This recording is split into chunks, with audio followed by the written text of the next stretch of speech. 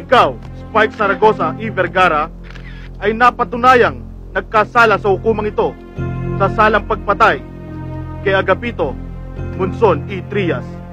Ikaw ngayon ay hinahatulan ng hukumang ito ng reklusyon perpetua o habang buhay na pagkabilanggo.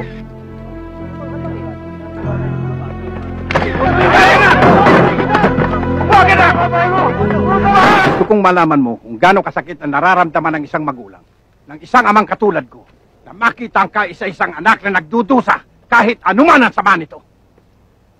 Pero huwag kayong mag-alala. Ngayon pa lang sasabihin ko na sa inyo, hindi ninyo mararanasan dalawa maging magulang. Siya po. Siya ang pumatay kay Agapito Monson. Hindi ko makakalimutan ang mukhang yan. Punyeta! Order! Order!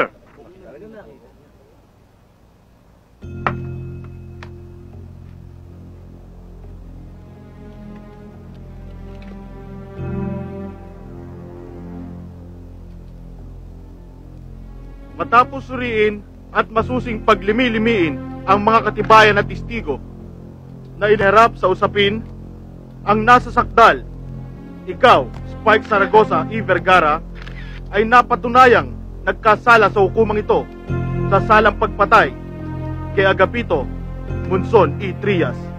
Ikaw ngayon ay hinahatulan ng hukumang ito ng reklusyon perpetua o habang buhay na pagkabilanggo sa pambansang piitan ng Pilipinas. Lagda, kagalang-galang na hukom, Judge Felixberto Concepcion, ngayong 30 ng Agosto, taong 2000. So ordered.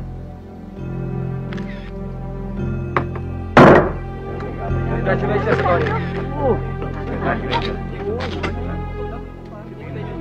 Congratulations.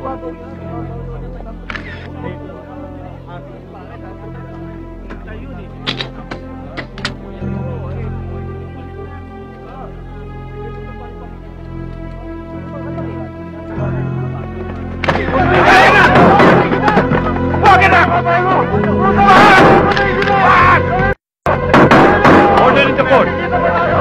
Order!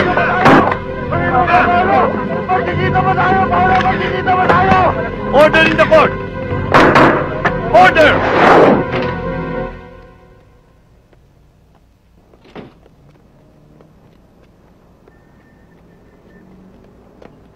Paulo, Tony Morales. Ikaw, Tony, kung inaakala mo nakaganti ka na sa pagkamatay ng ama mo, nagkakamali ka. Alam ko. Dahil buhay ka pa. Lubusan lang ako makakaganti. Pag nalinis ko na ang pangalan ng ama kong sinira mo.